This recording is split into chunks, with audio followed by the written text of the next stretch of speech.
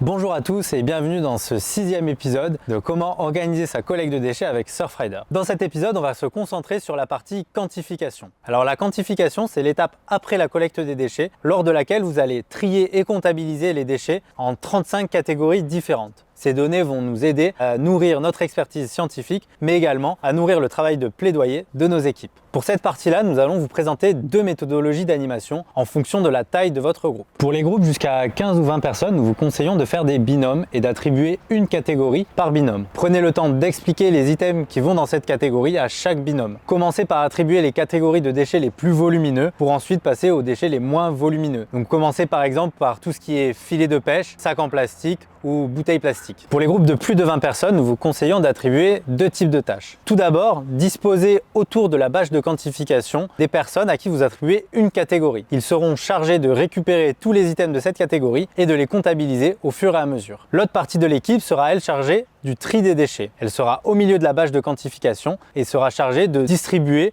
les différents types de déchets aux personnes qui sont référentes. Cela vous permet de scinder en une seule étape la partie de tri des déchets et la partie de comptabilisation. Vous gagnerez ainsi en efficacité, notamment sur les grands groupes dans lesquels nous avons des volumes de déchets plus importants à traiter. Pensez bien qu'à la fin de votre collecte, vous êtes responsable des déchets que vous avez collectés. Il vous incombe donc de les amener dans le centre de tri le plus proche. Le verre et le métal pourront être remis dans des circuits de recyclage ou de revalorisation de matière. Quant au plastique qui a passé du temps dans l'environnement, il est quant à lui difficile à recycler et donc mis dans les bennes pour le tout venant. Merci d'avoir écouté ce MOOC et on espère qu'il vous aura été utile. Et si vous avez des questions, n'hésitez pas à nous écrire. Bonne journée et à bientôt.